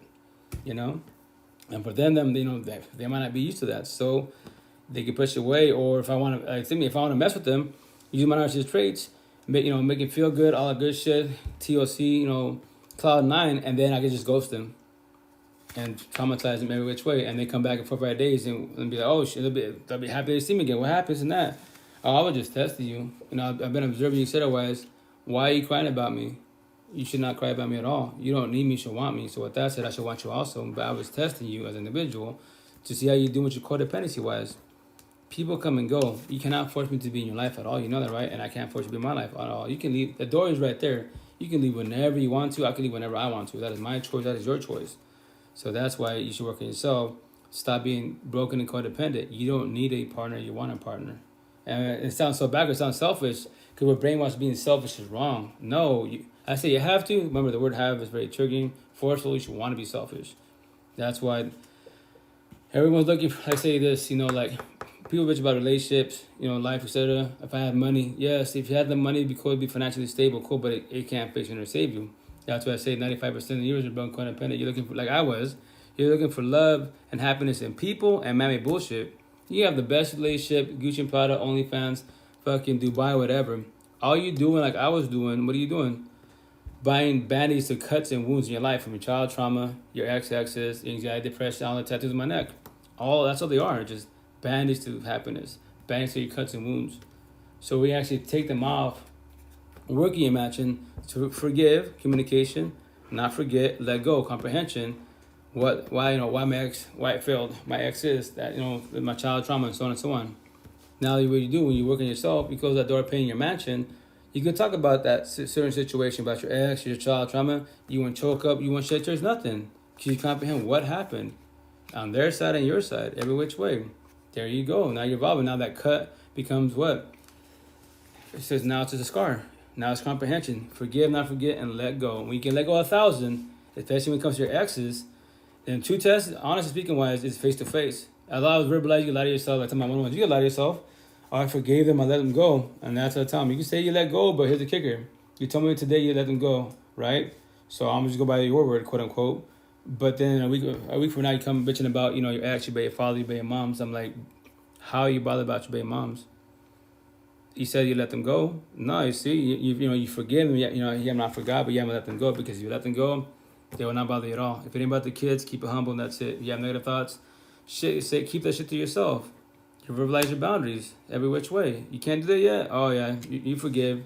Easy part you can do for the most forgive, but you haven't let them go. Because I promise you, 1,000 when you let people go, in that situation go, close the door of pain, you can tell them oxymoron. I told them my second moms, I love you for leaving me. Oxymoron. How do you love someone that you destroyed, they destroyed you? Because you fell back. You stole, what's that word? What is it for the past? You're dwelling on the past, but you're dwelling on that past, but now you want to dissect it. So I figured out my red flags individual, her red flags, why her relationship was shit, and what caused it to fail so fast. Wow, how was I doing before her wife? And I broke it down to the fullest. And I told her that to tell you. With that said, I told you that you don't gotta take this apology. I have the closure for myself. I forgave you and I forget and let go, right? But with that said, this is my wrongdoings. Sorry don't fix shit, but authentically wise, I'm saying this honestly. I fucked up every which way on this part. And once again, closure for myself. They don't gotta do closure. They can say yes, no, fuck you, whatever. That's their choice. So you don't worry about doing closure for no one in the universe but yourself. Even if you're not the one that actually did it to yourself. But if you break it down, you did it to yourself accidentally because you were young and naive and gullible. No one taught you what I'm saying or whatever that scenario was. That's why I tell everybody, call on social media, tell your story. Fucking YouTube podcast, shit's free. All this shit is free. It just costs you time. For the most part. Internet, pay internet bill, whatever. But with that said, it just costs you time. As an individual, the last 2 years of my life, I put so many hours on this phone. But I love it. I love it because I'm here for the universe. I believe it's so unjust to go to a toxic relationship and get destroyed. And then, especially if you go by traditional ways, when we have a kid, marriage and shit, we have a family. Like, yeah, that's all in the fucking movies. It's almost like highly impossible nowadays. Because the phone, a zillion fucking options, first and foremost. And then from there, wise, it's about communication comprehension, judging everybody for who they are. Am I broken, ugly, lost, healing inside? Am I matching energy, taking energy? If I'm taking energy, why are you allowing it? Am I acting nice? Am I being nice? Am I offering love? Or toxic love and lust? If you can't tell the difference of anything I just told you, I will destroy you. If I give my narcissist traits, I will destroy you every which way. And women, for the most part, are empathetic wise. I already know that. Women ain't the issue, it's the boys. The men, we work on yourself, telling a story, right? Or you're still going through a healing journey wise, but you're trying to do better in life and progress and guide others. Boys give no fucks, man. We're men, we gonna body hop, all this bullshit, because, populate the fucking world. Like, yeah, shut up. You're a blue pillar. You're not a red pillar. So with that said, say that most definitely, but you should, in your bio, you shouldn't offer no monogamous relationship. You should be offered a poly, open, swing your benefits, fuck buddies, every term but monogamous relationship, because you can't stay loyal. You can't stay trustworthy. In the beginning, you can. That's why those relationships, once again, are 30 days to 90 days tops, and that's about it. Nothing more than less. What up, Tutu again? How's it going? Hey, man, how you doing? Let me see. Sorry, I'm about my names. Bex, what up, Bex? How you doing, man? How's it going? Welcome to the live. I'm just here finishing with my, I'm going to do another shirt. I did this one yesterday. So this one says, my motto for everybody, day by day baby steps. I have a tattoo on me, day by day baby steps. Actually, it's higher, it's right here. And then, free therapy, life coach, 1,000, keep it 1,000 round real. And then 3D70 rep up podcast. I apologize, I speak fast, trying to slow down. Then accent, slur, and a mumble, because I'm very, very exhausted. Every day, bug down. I'm tired, but I love it because I gotta, talk to the universe, all the good stuff. After my lives, one-on-ones, new followers. Typically, 90% of my followers on all my platforms are girls, women, and single mothers. Boys, use my nerves straight to fucking your feelings because you're just a disciple. You're destroying people not knowing, which is definitely your choice. Men, we talking about vibing, but it's only like 2% that actually reach out, which is on them. This conversation is not forced upon nobody wise at all. Just telling a story every day about ground. So if you're in that situation or you're observing it, don't be part of it. That's why I gotta catch up with my TT stitches. Why this is girl. I met her through TT wise last year, like last September, October wise, right? Spanish. She's like, I think she's like Hispanic or Latina, whatever. Anyways, she made a TT wise talking about like she went on a date for Mother's Day wise, and it just went horrible and shit. And me, when I hear date, I just think date like dates. It's like a dinner, etc. That's not your boyfriend, right? That's why I was like, cool. Before I do a video response to do a stitch to it, I want to see if she does more, TT wise, so if she elaborates the story, and she did. So it turns out to be that's her boyfriend. I'm just like, okay, cool. So I'm about to do today, if not tomorrow. I'll do it. Actually, I can do tomorrow. Tomorrow I go to Seattle. On Friday, I'll do the stitch. And when as an individual, what else, money dog? How you doing? How's it going? What you gonna call it? When I do stitches, like it's not like before like 3 minutes now, because I just found out you can do 10, 20, etc. So with that said, mine are like 5, 10, because I try to elaborate and give you every scenario, etc. All the good stuff, right? So her situation, what happened in that situation? That I guess that was her, her boyfriend, right? At the time being, she said date, so I'm just thinking, go on a date with the potential. But anyways, wise, turns out it's her boyfriend, and she asked, hey babe, is it cool? What would you like me to wear? He's like, hey, it's Mother's Day. Wear what you want, wear what you want to wear, etc. Wise, right? She said, cool. So she thought about the dress. Before I actually saw the dress, I'm thinking, okay, this dress is like, because she's top heavy. I thought this dress would be like, showing purposely a lot of cleavage, etc. Wise. It looked more like a sundress wise, right? But she's top heavy. So anyways, she asked him, he's cool with it. He was cool with it. Then, right? So they get to the restaurant, and everything changed the restaurant because, she's like, yeah, everyone was looking. So here's the kicker, like, nothing's wrong with looking. Like, if you have a partner, right? See a girl blessed, she's top heavy, nice body, cool. Lust, lust and beauty is everywhere, and that's it. You just be observant. But when you're gawking stuck like Chuck, now you're passing boundaries. That's called emotionally cheating wise. Being lustful and greedy wise, tattoo my forehead for a reason. That's our narcissist traits. The intent is to control those traits best as, right? So anyways, back to the story. So he notices that, so he's really bothered, right? Sit down and start ordering stuff, and they're still looking, etc. And he's starts changing his tone of voice, getting mad about the situation. And he's like, baby, what you want to order? Just like everything, the response, just, they all lose disciples triggered because, the way she does the tone of voice, yeah, got deep because he's triggered. And from there, wise, she's like, if we want, we can leave. He goes, no, we can stay here, order your food, came here extra day, all the good stuff, all pissed off. And I'm just like, in my head, I'm like, which I'm going to ask her, I'm going to do stitch wise, but anyways, so she starts shedding tears and shit because, like, this must be my day, quote unquote. And I asked you about the dress. You said it was cool. Now we're here. Everyone's watching us, and you're causing a scene. That's not a nice meal, bless her. Oh, I know, exactly. So with that said, he's causing an altercation. He's causing a scene, being loud, obnoxious, and she's like, we can just leave. Like, I can go home, so whatever, switch dress. He's like, no, we're here, we're going to eat now. And all pissed off, right? So now their waitress there, I guess she's like young, 17 years old, wise. She's crying. She goes over there and just compliments, the girl, the queen was about her dress. You look nice for Mother's Day with the woo. And so I tell her thank you. And then what's my boyfriend do? She don't say that boyfriend, but her husband, whatever. He starts telling her, you think that dress is nice? He said everyone's looking at all this. Just the girl's getting like scared and bullshit. Like what she has to say. I'm just like, damn. So tomorrow, I'll tell you about on Friday, I'll stitch that. I'm gonna ask you, like, yo, like, if that's your member, queen, that is your relationship. All that shit, but all that story you just did, that's a King Kong red flag. And if he's a brown boy like myself was, he's a boy, he's not a man, so that's he's a machista. Alpha is a machista narcissist, every which way. All those red flags, and that is your choice to stay there, but stay at the door, you can tell him to leave or you leave. That is your choice. Or stay there, and then I'm going to like knock on her to get triggered, use my narcissist traits. Stay there and do another TT when he does it again. And when I go in there and make my comment, you can block me or whatever, hurt my feelings. Be like, oh, is it still the same boyfriend? Yo, queen, I already told you you're dating lose a disciple. That's your choice. So you're gonna shed many tears, and the door is right there. You can leave whenever you want to, but that is your choice. That's your journey, your person, etc. But if you're doing like a lot of us did, pray, plan, hope, manifest, to change your ways, yo, God be hearing you pray for many years, and guess what? But yo, you should have prayed for yourself to build the strength and courage to take the L, walk away, and save yourself. If you choose to, it's your choice. I can't do that journey for you, but if you read the Bible, the story is right there. I'll hold your hand, guide you. I give you free will. Absolutely, 1,000. That's what I'm saying. Like, as an individual, I like to say the Spanish culture. Hispanic thing, Spanish all day. Our culture is garbage when it comes to relationship, every which way, even in general. To a certain extent, because the machismo is narcissism, the machista is narcissist, and that's typically a lot of males. That's why I say all the time, like, If you're not Spanish, Hispanic, then Spanish wise, you want to date brown boys, I pray for you, and that's it. Give me, reach out, give me another time. I'll give you a crash course. The red flags to observe, all the family set wise, because it's a lot of family does it not knowing, and no one says shit about it until after the fact, after I destroyed you. That's why, like the machismo, I got like 40% before my phone died, so I'll do like another 5 minutes. It's hard too because we can't force people to heal, otherwise they miss their lessons. 1,000, no, exactly. That's why all we can do for each other is heal, guide, support, uplift, promotion, up to each other. We can verbalize, hey, stop body hopping, stop doing the whole face. That is your choice, but all you doing is destroying yourself.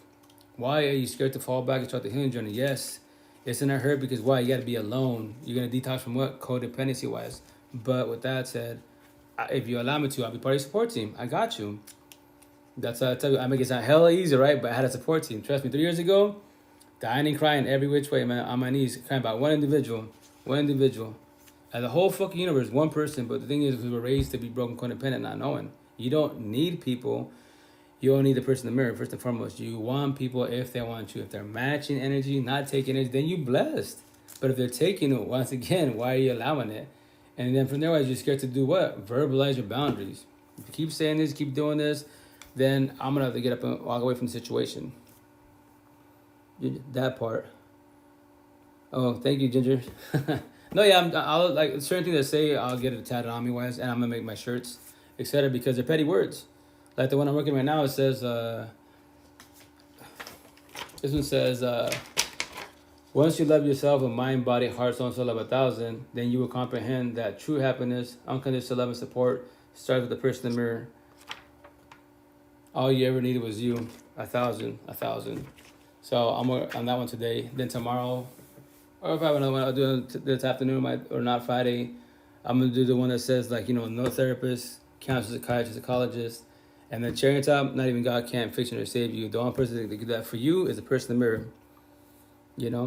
And that's actually a lot of people. What? Not even God? No, we're brainwashed that you can do it for us. We can't. All the answers are in the Bible. All those little stories is analogy to scenarios, the situation. It's on you individual, how you act, how you do with it. Especially when it comes to relationships, You got to face it. Oh, yeah, no, yeah, don't. A lot of us wear the mask smiles, and what are we doing? Behind it, we're dying, crying, and we run from our problems. You don't want to express yourself. And the worst part about the situation, you fall to man-made bullshit, drugs, alcohol, pills, your PTSD, all that bullshit pills. All they do is numb you up. They can't fix you or save you. And they become, more codependent. And then it turns out to become an addict, but it can't happen because you don't want to think about your ex, you don't think about child trauma, you divorce, whatever. Just cool. Run to your bottle. That's why I have which I'm gonna tat on me wise analogy. What I tell you was, it says I forget this addiction. I'm sorry, I have too many sayings in my head. But but yeah, whatever your addiction is, analogy. The bottle doesn't need you. You need the bottle. And whatever your addiction is, gambling, gaming, whatever, body hopping, whatever situation is, it don't need you. You need it because you're broken and codependent. So what do? You run to it. That's why I say scenario. If I was keep it simple. If I was like an alcoholic and stuck on drugs, right? Scenario addict. So analogy wise, so in my head, my mansion, all my doors are wide open. So every morning when I wake up and I'm sober, right? Not high, sober, no migraine, no bullshit. Then my problems, my doors are paying, talk to me, whatever, how you doing? You feeling good? Last night you had a rough night, but with that said, here's the kicker. Every day above ground, we have the same conversation. You don't have to fix all doors of pain. You can try one door of pain. If you choose to use your choice. If not, you're sober right now, see there's a bottle, there's a drugs, you can run to it. But every day above ground, we have the same conversation to your last dying breath. You could do this 10 years, 20 years, 100 years from now. But all you're doing is numbing up. Why are you scared to talk to me? And that's our choice. Remember, that's an analogy. That's how it is in our matching. That's how my tattoos. You can't fix all doors of pain one day. You self-destruct. But you can try one door. Try to go in there, see what recent events, X-wise. Why did the relationship fail? And then dig deep in the situation. What was my red flags? What was her red flags?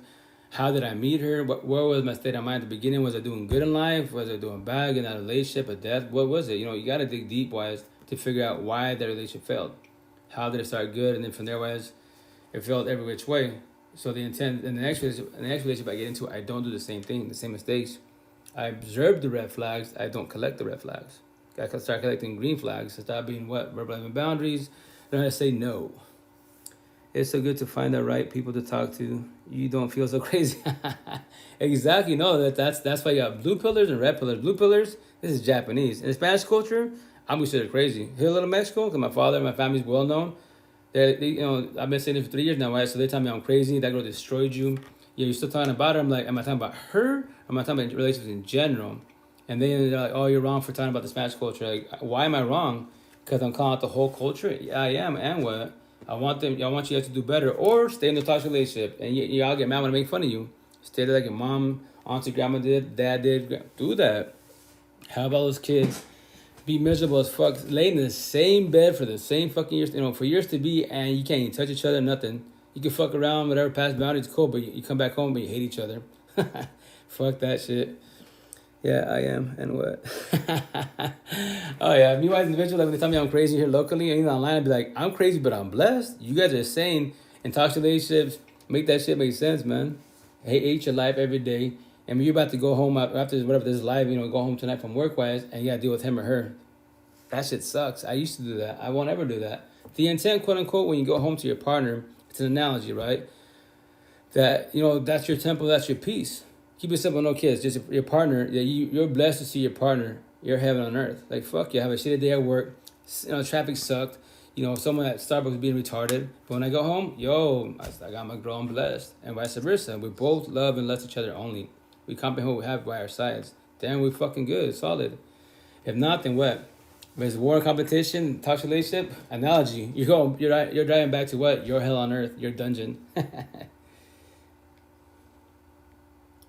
Oh, thanks for the gift, hermano.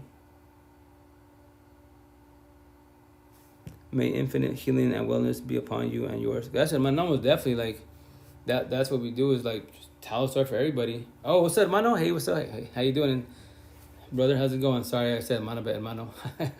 Once again, you're ahead of you're 18 years old. You're speaking some badass, polished spiritual stuff. That's beautiful. You're way ahead of the game. I remember the thing is the situation that's like what deceives us for the most part is our heart and feelings is relationships. That's what curveballs in life. If you break it down to the fullest, because why I'm saying I've been 14 months celibate, chilling by myself, because I'm not accepting nobody in life. Nah, I can't fix you to save you. I could be friend associates, And with that said, don't get like too, people get lonely and stuff. Like don't let nothing wrong with being alone. Loneliness is codependency wise. You're detoxing from it. So don't lower your standards. Because guess what? In 2 years from now, no. As an individual, I'll give myself 5 years. 5 years, that is there potentially there might be somebody out there that's talking about me like I am, that's actually more open-minded. And which way, that's why as an individual, I'm teaching it all to my little ones. So exactly, no, that's the beauty about having kiddos. Like pros and cons, right? Blessing and lesson. Everything in the universe is a blessing and lesson, right? So my kids, I tell the same thing to my kids. I tell them, oh shoot, it's about to die. Snap. Let me plug it in, but it probably won't take it because the phone. This app takes a lot of GPU and CPU. Oh shit. 2 seconds, guys.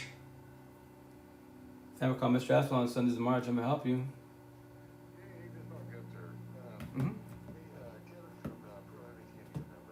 Yes.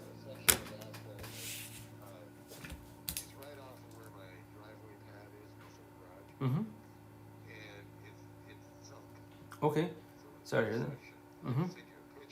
Yeah, please, can you send me a picture, text it to me also, and please, can I get your name? Hello, sir?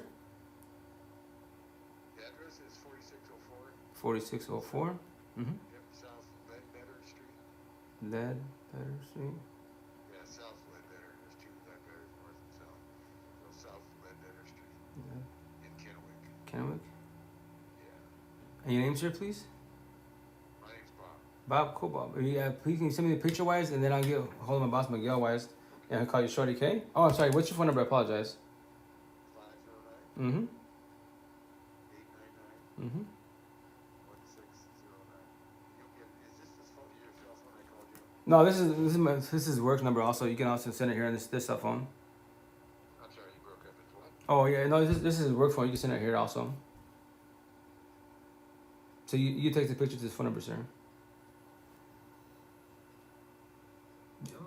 Hello? Did you cut out again? Yeah, there you are. Yeah, sorry about that. Mm-hmm. Where do you want me to text the picture to? This phone number you're calling on, please. And then, That number. Bob. I'll send it right. What was your Oh, my name's Marge. Bruce? Marge. Oh, Mark. I'm sorry. Yeah. Okay, Mark. I appreciate it. I'll send that picture to you right away. Okay, boss. Thank you. Have a good day. Bye bye. I say Marge before my phone dies, and they'll say Mark. I'm like, Mark it is. Because I go by Marge, and Marge Simpson, Rito, and then my phone is Margarita, like Margarita, but that's a long name, so yeah. Anyways, I was saying before my phone because it's about to die. As far as kiddos, why we can teach them. I tell my kids, like, I used to say that in front of my ex and her hubby. I said, my side of the family, your mom, that side, this side of the family, they can't teach you what I teach you. As far as my my tattoos, my sayings, everything wise. So when you're going through, when you're older wise, I got you. I won't be like wise, you know. What up, BP? How you doing? How's it going? You know, you won't be like I did. Like a lot of us fall on our face and just wing life. And then, you know, to my boys, it's okay to talk about your feelings. It's okay to cry. Nothing wrong crying. You're just going through it, trying to figure things out. And I got you. So that's the cool thing about. So that's the pros about, you know, being a parent, quote unquote. The downfall situation is I know all my 8 kids, all of them can do whatchamacallit, they can all be verbally, physically abused, and then go to toxic relationships, become crack alcoholic tweakers. It sucks, you know. I know what could potentially happen. Why I could just be there by their side, but I can't fix it or save them at all. I could just hold their hand, guide them if they allow me to. Like, they just push me away. That's definitely their choice. So that's the ish. Cool. But yeah, I'm about to get off in a minute because my phone's gonna die. It just stays here. It's like 5%, but it's because it's hot, so it won't let me charge it. But I'll jump on this evening. Sorry, I'll jump on this evening again, and then tomorrow I won't, cause I might do it for a minute. I'm at the market, Seattle wise, but I'll be back on Friday. So basically, I'll be doing Mondays, Tuesdays, Wednesdays, and Fridays lives, and then my other apps also in the evenings. So during the day, Twitch, Bigo, What Up Squad, because I saved this for my Twitch watch to eventually upload it to my YouTube and podcast. But that's the matter. I'm about to get off. So always in your pocket. Don't feel alone. I might go later on this afternoon. So any questions? I got you. I apologize. I don't speak fast, accent, slur, mumble, because I'm very, very exhausted because I do so many one-on-ones. It's retarded. So, but I love it because it's not about us, it's about you guys. You know? Oops, snap.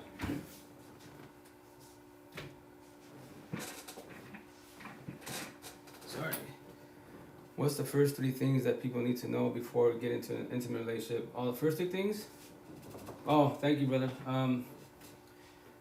What I tell everybody, you know, study me, study everybody. All the answers in life are in front of your face, with a potential relationship or even friendships.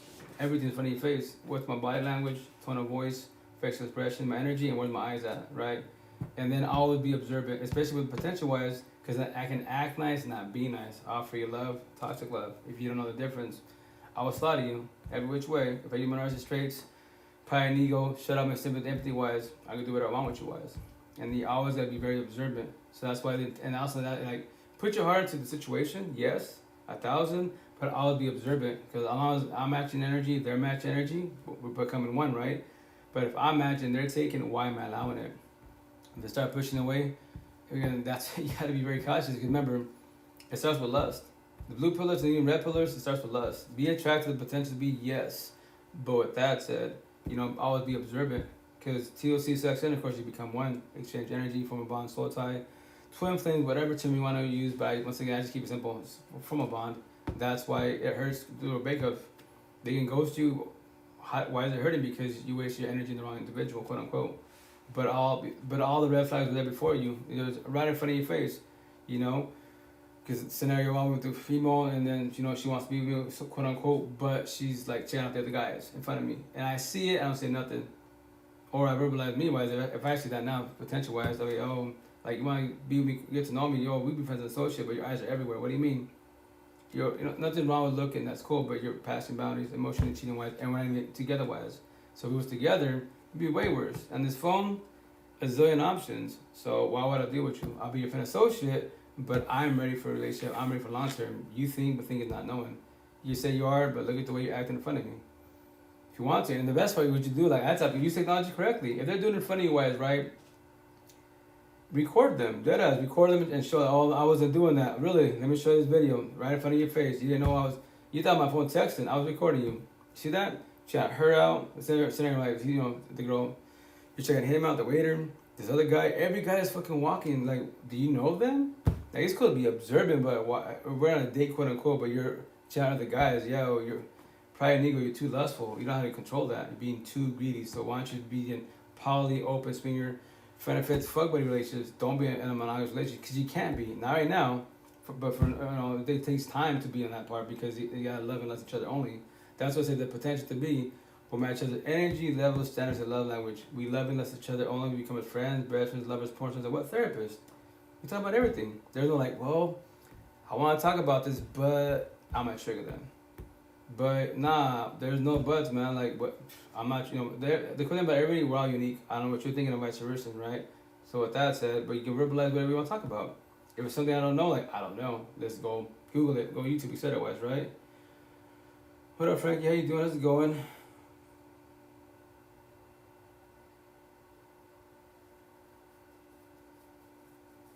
But that's that. But as far as relations, the beginning, be very observant, judging everybody.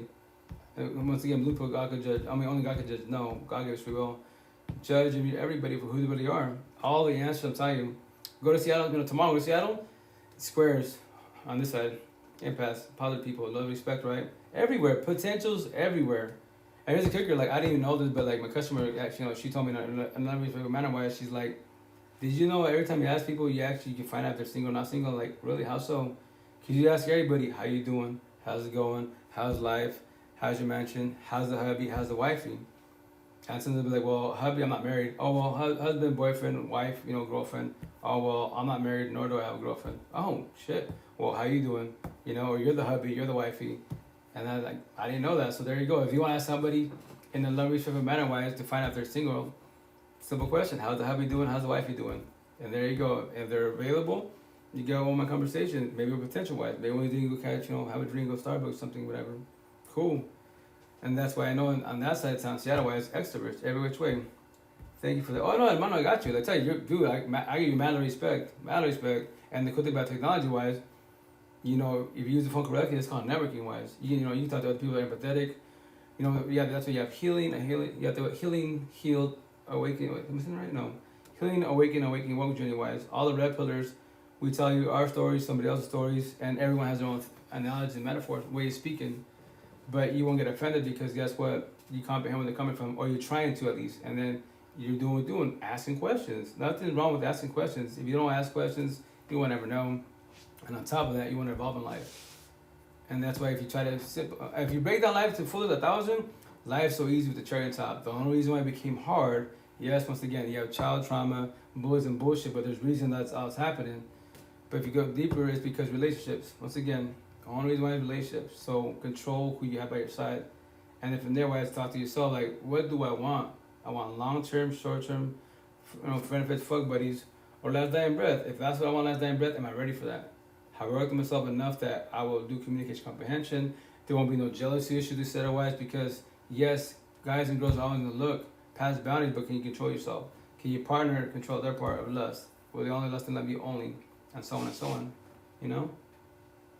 I comprehend everything you're saying. If I don't, hey, guys, hermano. Worst case scenario, I don't know, and it's the end of the world. Exactly. That's the beauty of technology, man. I tell my kiddos, man. Ask questions. And remember, everyone in the universe, you're born in your environment. So your environment is more introverts. Like here, where I'm from, Little Mexico, originally. They look at me. I'm crazy. My tattoos, right? But with that said, where's the best at Seattle? Extroverts. So right there, the females once again, they ask me, what's your tattoos about? Oh, you might have shirts? Oh, you do free therapy? Really? Like, yeah. Got a podcast? Yeah, I'm behind on it, but I'm catching up with it. But yes. Why? I'm just telling a story, so you don't fall on your face like I did. Or if you did fall on your face, you feel alone, I got you. As a friend associate, not as a partner. Why? I can't fix you nor save you. I could be your friend, all good shit. And that's, what do you mean? Because we're brainwashed that once again, that we can fix, change, and save people. You can heal people. Yes, you can heal, but you can't fix or save them. That is their journeys. Mold them to better. You can't mold nobody to be better. You can guide them from warn them. Most definitely you can. That's why it's like people, all we can do for each other in the whole universe, heal, guide, support, uplift, for one show man up to each other. And that's all we can do for each other. I can't fix or save you, and vice versa. I can do it for my kids, my parents, a partner, at all. But that's why I have to be observant who I have by my side. And people get triggered when I say that because I say you're bone codependent. I was broke codependent also. I was winging life trying to make this, make it work, quote unquote. And that's why I'm a single father, 2 baby moms, 8 kids, 19 years of my life to figure all this shit out. But I can't be hard on myself because once again, back to square one. I tell everybody, ask your mom, dad, you know what empath narcissist is? No. Cool. Grandma, grandpa, deflection projection? No. Aunties, uncles, reactive abuse? No. Cousins, siblings, trauma bonds? No. Soul ties? No. There it is. Blue pillars, blue pillars, blue pillars. Everywhere. They're winging life that you're winging life. They might have a better life, in a relationship potential wise or financially wise. Cool. But the situation with that is they can have more than you cosmetically wise, man-made bullshit, but they're toxic relationship wise, or they're crack alcoholic tweakers, or they're verbally physically abusive, toxic relationships. Now, that's cool. You're financially well off, that's not the financial stress for the most part. But when you go home, misery. Analogy, you're hell on earth. That's what all this man-made bullshit is. Like I say, all it is 2 seconds. Hello? Yeah. Oh, yeah, send it right now. I'll send it right now. Alright, boss. Alright, bye. Shoot. Plug it in. It's about to die. But anyways, wise, so that's the thing. That's my boss. I gotta get off in a minute because. Whoops. Come on. Oh my gosh, what am I doing? Sorry guys, I don't know what's going on with my thing. But yeah, anyways, so that's why you gotta be more observant wise, because I can't fix it save nobody. And the way I speak, people get offended like your standards are high. Yeah, because I want you to talk to me. If you're jealous, controlling, that is your past insecurities. The stuff you should work on. Don't bring it on. Don't bring it to the present because I don't care who you talk to. What? Talk to whomever you want to talk to. Scenario before my phone dies. Here's where I say that mentally as an individual, right? A potential to be by my side, the intent that she does self-love, all that stuff, the journey on herself, and we're talking about vibing, right? So with that said, tomorrow wake up, she wants to go to Wally World, right? Walmart, to go buy a gallon of milk. And she, remember, this is self-love, right? Cool, bring to, by the way. Oh, thank you. What you gonna call it? She wants to wear pasties in a thong. I might be, baby, hey, that's what you want to wear? Cool, let's go. So what's gonna happen? All eyes on her. Everyone be looking. Yeah, obviously it's eye candy, right? Obviously it's gonna be, your girl wife's gotta put some clothes on, right? But I might be, jealous. No, she could do whatever she wants, whomever she wants. Her choice. She can cheat. Yes, she can cheat whenever she wants to. I trip. I don't fall. I go on my day. If she cheats, we talk about it, but there's no other chance. You guys are 95% broke codependent. Your partner cheats on you, you're gonna die. I promise you will. And either stay there miserably or the intent to take the L, walk away, and save yourself. Isn't it hurt? Yes, but it's better than be by their side, because what I say, when someone disrespects respect, they revoke loyalty, trust, and love. All they can offer you is toxic love, lust, drama, trauma bonds. Take the L, walk away, save yourself. If you choose to want you, it's your choice or not. I pray for you that to stay like I did. Destroy yourself. And then from there, everything changes. But that's definitely your choice, So, but that's it. I got to get off. My phone's going to die. So love y'all. I'll probably jump on later on this afternoon around like 3-4ish wise. But thanks for everyone being on here wise. Like I said, I'm always in your pocket. Don't ever feel alone. DM me, free therapy, life coach. Whatever you want to talk about, it's about you, not I. I'm blessed. I don't want you to be blessed also. We can all become blessed. We can all become woke, but a support team helps a lot, so, you can progress in life. Not wear the mask on, behind it, you're dying crying. How many years you want to wear that? I wore that for 39 years of my life. Best at 42, love the universe. So, looking for sure, mano. Have a good day, guys. Hit you up. Ciao. Later, Twitch, guys.